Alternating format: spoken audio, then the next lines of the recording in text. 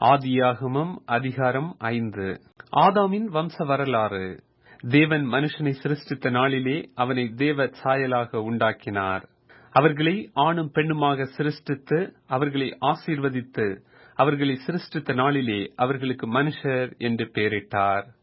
ஆதாம் 130 வயதான போது தன் சாயலாக தன் ரூபத்தின் படியே ஒரு குமாரனை பெற்று அவனுக்கு சேத் என்று பெயரிட்டான். ஆதாம் சேத்தை பெற்ற பின் 800 வருஷம் உயிரோடு இருந்து குமாரரையும் குமாரத்திகளையும் பெற்றான். ஆதாம் உயிரோடு இருந்த நாளெல்லாம் 930 வருஷம். அவன் மரித்தான். சேத் 105 வயதான போது ஏனோசை பெற்றான். சேத் ஏனோசை பெற்ற பின் 807 வருஷம் உயிரோடு இருந்து குமாரரையும் குமாரத்திகளையும் பெற்றான். சேத்துடைய நாளெல்லாம் 912 வருஷம். அவன் மரித்தான். ஏனோஸ் 90 வயதான போது கேனானை பெற்றான். ஏனோஸ் கேனானை பெற்ற பின் 815 வருஷம் உயிரோடு இருந்து குமாரரையும் குமாரத்திகளையும் பெற்றான். ஏனோசுடைய நாளெல்லாம் 905 வருஷம். அவன் மரித்தான். கேனான் 70 வயதான போது மகலாலேயலை பெற்றான். கேனான் மகலாலேயலை பெற்ற பின் 840 வருஷம் உயிரோடு இருந்து குமாரரையும் குமாரத்திகளையும் பெற்றான். கேனானுடைய நாளெல்லாம் 910 வருஷம். அவன் மரித்தான். மகலாலேயேல் 65 வயதான போது யாரேதை பெற்றான். மகலாலேயேல் யாரேதை பெற்ற பின் 830 வருஷம் உயிரோடு இருந்து குமாரரையும் குமாரத்திகளையும் பெற்றான். மகலாலேயேலுடைய நாளெல்லாம் 895 வருஷம். அவன் மரித்தான். யாரேத் 162 வயதான போது ஏனோக்கை பெற்றான்.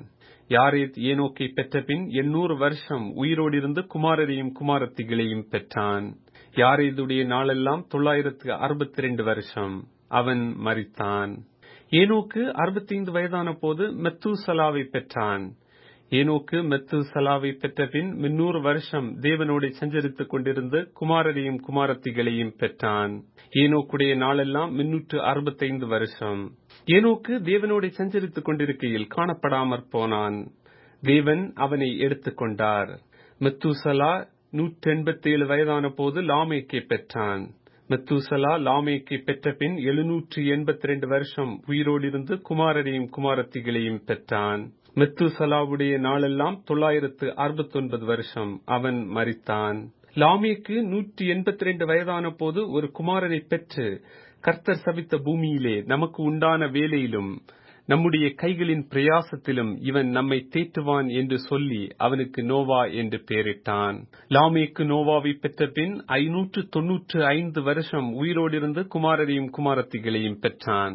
லாமேக்குடைய நாளெல்லாம் 777 வருஷம். அவன் மரித்தான். நோவா 500 வயதான போது சேம், காம், யாப்பேத் என்பவர்களை பெற்றான்.